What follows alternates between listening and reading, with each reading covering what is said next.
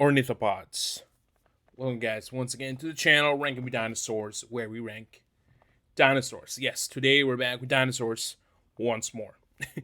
Stopping a little bit of the trend of, going off topic, but today we're back and we're going to be looking at a certain group of, I don't want to say overlooked because a lot of the members are very well known. However, we are not going to be we're going to be talking about Saurolophines and Lambeosaurines, which are Hadrosaurs. And there's a couple of Hadrosaurid forms, but I'm just gonna leave out the more derived versions, like the previously mentioned. I already made videos on those. If you want to check that out on the channel, Saurolophines and Lambeosaurines. I have two tier lists for both of them. So today we're gonna be looking at the rest, basically. So without further ado, we're gonna be starting with IGUANODON. Now, we're going to be starting with probably the most well-known dinosaur in this video, honestly. It is, second dinosaur formally named by science back in 1825. But yes, this was an early Cretaceous, very bulky, very large herbivore. Like, this guy measured between 30 to 36 feet and 4.5 tons. So, pretty big, if I say so myself, and had quite a wide distribution. I thought that it was only found in England, but no. Aside from England, you got Belgium, Spain, Germany. It's pretty widely distributed in Europe back in the day. And this was a quadrupedal animal. However, they could have taken a bipedal stance, which was mainly for foraging, eating and defending themselves, like having a more defensive stance, because they had in their hands their most distinct feature, which is those thumb spikes, huge thumb spikes, which back in the day they thought it was actually a nose horn, which I don't blame them. Who would have thought that those big ass spikes were actually on their thumbs? And they were they were usually used, it is believed, for either defense. It's pretty good for stabbing. Who would have thought a spike? But they could have also used them with their prehensile other fingers, because their actual fingers were much more mobile than those of later hadrosaurs, and they could be used for foraging and eating. So Iguanodon is very important to science. Is iconic. He's the man. He is a dead dino. So the iguana tooth, where is it gonna be in the tier list? I think it's pretty self-explanatory. It's gonna be S tier. CAMPTOSAURUS. Now we're gonna be going back in time, and this time to North America in the late Jurassic. Now, CAMPTOSAURUS was a relatively heavily built animal, actually. Usually in media, we see CAMPTOSAURUS being, a very, daintily prey item for, big predators. But no, actually, CAMPTOSAURUS is much bigger than we actually think of it most of the time, because we see it compared to much bigger animals like titanic animals, like Stegosaurus and big sauropods from the Jurassic. But CAMPTOSAURUS is still pretty big. It's I believe 20 feet long, and he weighed, the biggest individuals could weigh a ton. So that's nothing to scoff at. That's big animal energy. But they had robust hind limbs too, broad feet, and they were mostly bipedal most of the time. They had a triangular skull with a beak, and their actual teeth showed a lot of wear and tear. So they probably ate a lot of tough vegetation, because these guys were really fast as well. This was probably their only method of defense, because they didn't have any apparent weaponry from externally. So they probably had to run most of the time. A lot of times in media, they actually show them have a somewhat symbiotic relationship with Stegosaurs, where the CAMPTOSAURUS are actually the lookouts and the Stegos do all the fighting. But I don't know how real that is, but I do like that idea though. But yeah, CAMPTOSAURUS had to fight for his life in the Morrison Formation, where, the likes of Torvosaurus, Allosaurus, and Ceratosaurus were around. So he's a fighter. Probably not the greatest fighter in the Morrison, but, it had to hold its own against those guys. So CAMPTOSAURUS, I mean, it's not gonna be S tier, obviously. So I'm debating between A and B. And seeing the guys that we have left, I'm tempted to put it in B, so I'm gonna leave it there for now. LEAELLYNASAURA. Now we're gonna be moving on to LEAELLYNASAURA. This is an early Cretaceous ornithopod, a small herbivore actually, discovered in Dinosaur Cove in Australia. And this is not gonna be the only ornithopod from Australia we're gonna be looking today. However, it's gonna be the smallest because this guy only reaches 3 feet in length, which is pretty small. And is actually known from several specimens back there in the outback, down under. But LEAELLYNASAURA has the incredible characteristic of having the longest tail compared relative to its body size. It is so long. We don't know yet why, because ornithischians usually have long tails, but they're mostly stiff, so they help with counterbalancing. But LEAELLYNASAURA being so small and being bipedal is like, it's kind of weird to have that long of a tail, but there are some theories, and we'll be discussing that one after a little bit. But yeah, LEAELLYNASAURA, being an Australian polar dinosaur, because yes, Australia was much, much more south, and the climate or the conditions were not like the actual polar like that we have today, like Antarctica. It's not that cold, but a bit warmer. But still, it is a little bit contentious of whether LEAELLYNASAURA was feathered. That is still debated.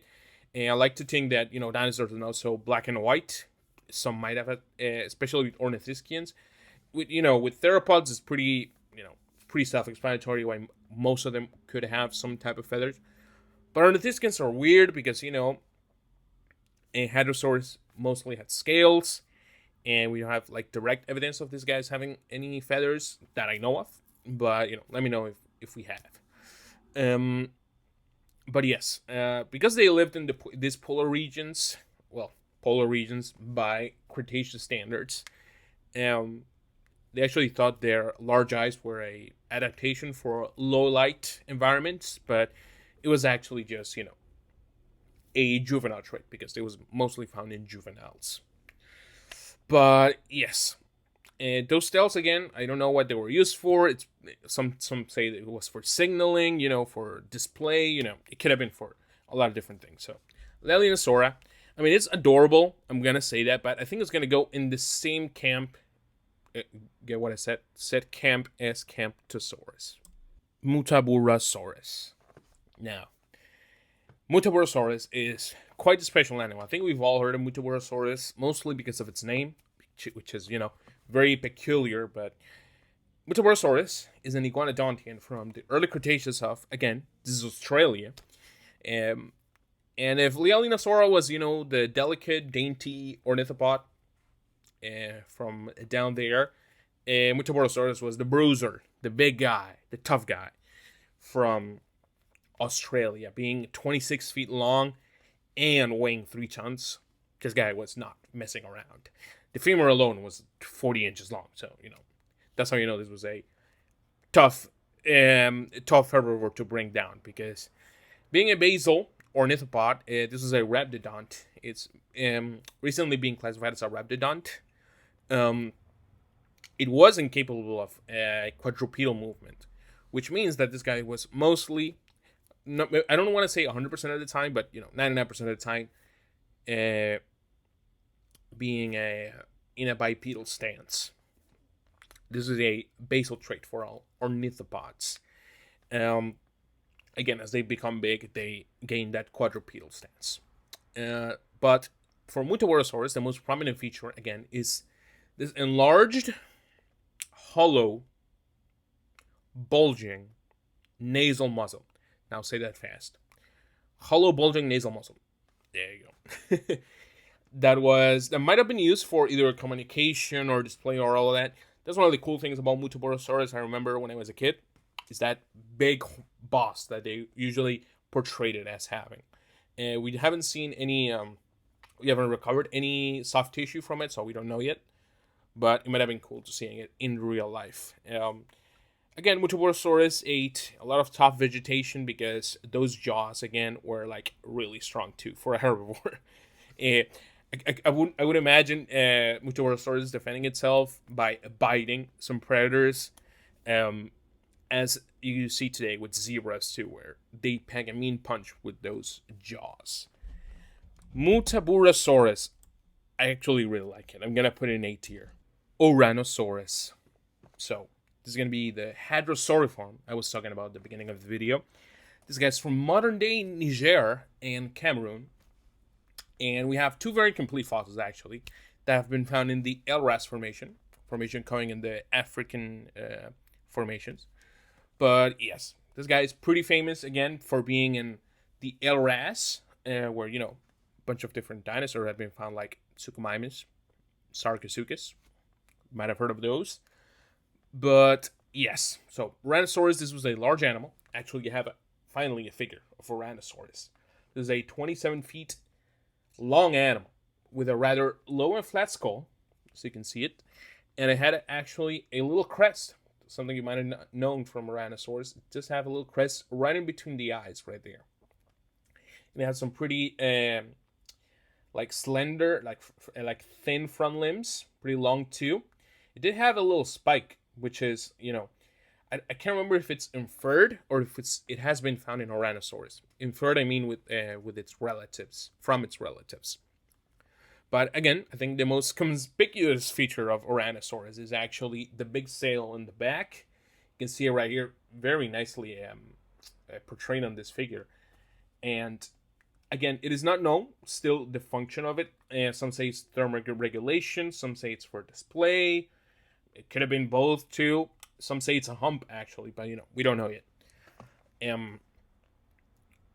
Ouranosaurus, again, it's, I don't want to say popular, but it's much more known that, for example, Muttaburrasaurus. And I did like Ouranosaurus a lot growing up. I still love Ouranosaurus. It's an awesome ornithopod, and I think I am tempted to put it in A tier.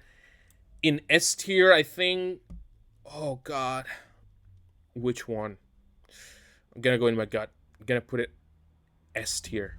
Tenontosaurus. Now, Tenontosaurus is an iguanodontian, this time from early Cretaceous North America, specifically from the Cloverleaf Formation and Twin Mountains Formation. Those are two very important, well-known formations again. A lot of different, very important dinosaurs being found there, and Tenontosaurus is one of them. There is a couple species, Tilleti and Docile, and their most unusual characteristic is the long, broad tail. Yes, you thought LEAELLYNASAURA had a big tail, well, relatively to its body size. Tenontosaurus has a tail to compete with that, relative to its body size. Again, because this was not only was it long, it was very tall and broad, and this were stiffened with bony tendons and its back as well. So this just gave it insane strength and stability. Because Tenontosaurus, again, this was a facultative quadruped, which means that it could have gone bipedal for fast running. So it could actually just go on two, stand on two legs and just run and beeline it. Again, this tail, I wouldn't want to be hit with it, because damn. Again, apparently Deinonychus was there is more evidence for Deinonychus feeding on Tenontosaurus.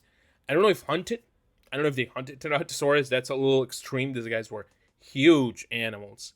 And Deinonychus, they're not particularly tiny, but to bring down Tenontosaurus, this is not Jurassic Fight Club. Come on. So Tenontosaurus, again, I really like Tenontosaurus. I mean, did live also with I believe, is it Acrocanthosaurus? Yes. Yeah, cloverleaf formation. Acrocanthosaurus, definitely. So it might have faced predation from that too. Do I want to put it in S tier? I don't think S tier, but A tier definitely.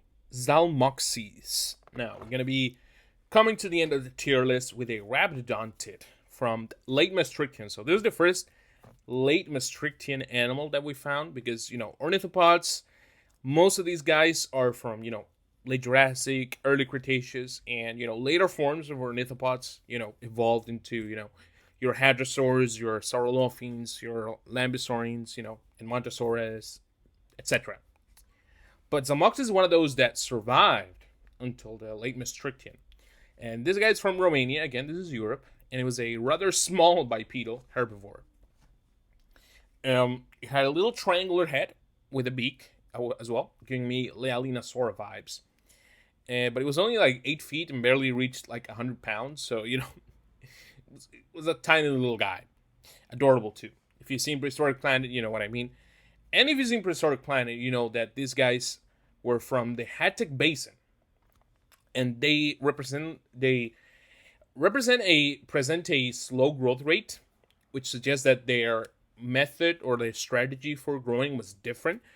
Like, not different, but like unique. Because, again, these guys are from the Hattic Basin, and this was a bunch of different islands in Europe. So these guys present a insular dwarfism traits,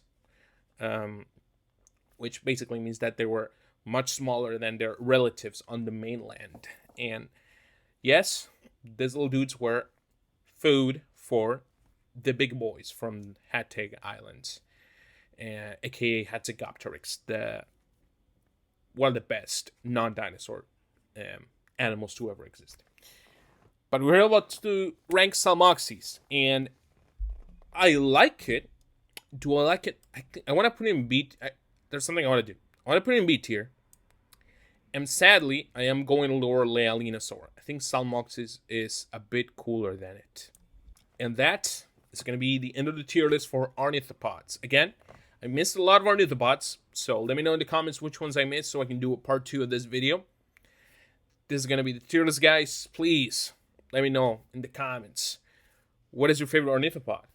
How would you make your tier list? What will you change? Please let me know. Like the video. Helps a lot. It's subscribe. It helps even more. We're almost to 500 subs, so it would be great if we could hit that. And yeah, thank you so much for watching. I'll see you in the next video.